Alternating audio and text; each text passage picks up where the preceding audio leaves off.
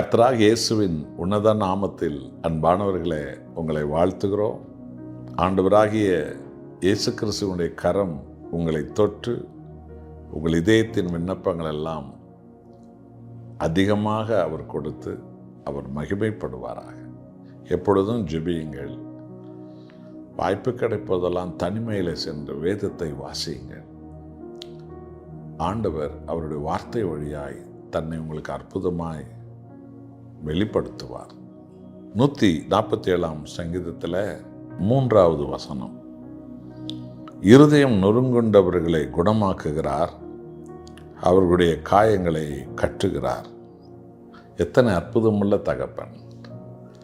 இன்றைக்கு உலகில் நடக்கும் நன்றிகெட்ட பல சம்பவங்கள், நாட்டில் நடக்கும் கேடுகட்ட அநேக அநீதிகள், குடும்பங்கள் நடக்கும் வாக்குவாதங்கள், நீ நான் என்ற போட்டி பொறாமைகள், பெற்றோரை பிள்ளைகள் செய்யும் அநீதிகள் அவர்கள் உள்ளங்களை உடைத்து விடுகிறது.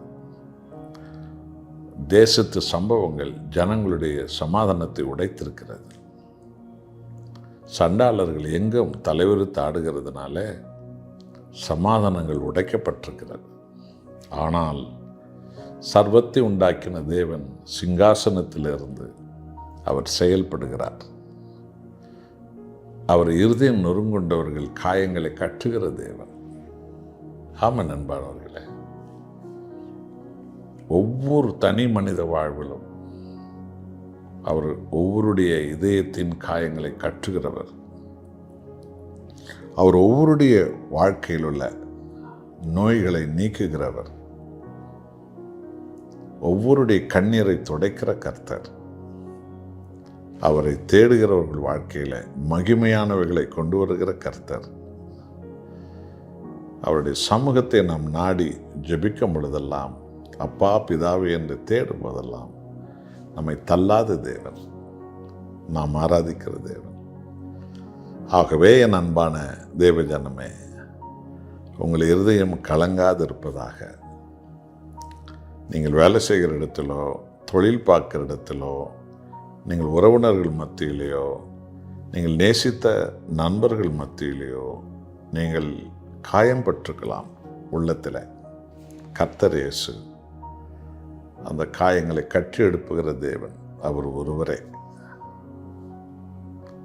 நமது பலகீனங்களையும் நோய்களையும் குணமாக்குற தேவன் அவர் ஒருவரே. யார் நம்மை விட்டு மறந்தாலும் தேவன் நம்மை மறக்காதவர், தாயிலும் சிறந்தவர்.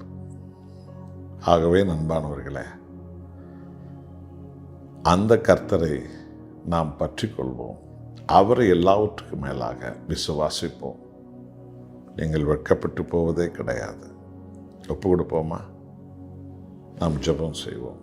அன்புள்ள பரலோக பிதாவே, உலகம் முழுவதும் தீமைகளால், அநீதிகளால், சுயநலவாதிகளால், பொய்யர்களால், துன்மார்க்கர்களால், ஏமாற்று பேர்வழிகளால், சண்டால கூட்டங்களால் இன்றைக்கு ஒவ்வொரு மனுஷருடைய இதயமும் காயம் பெற்று கிடக்கிறது.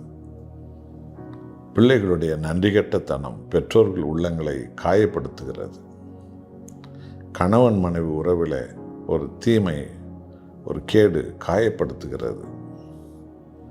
அப்படிப்பட்ட நொறுங்குண்ட இருதயங்களின் காயங்களை கட்டுகிற தேவன் நீர்.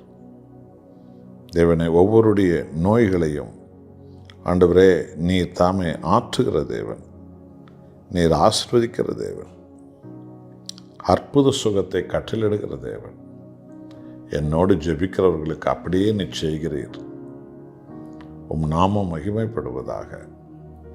இயேசு நாமத்தில் பிதாவே, ஆமென்.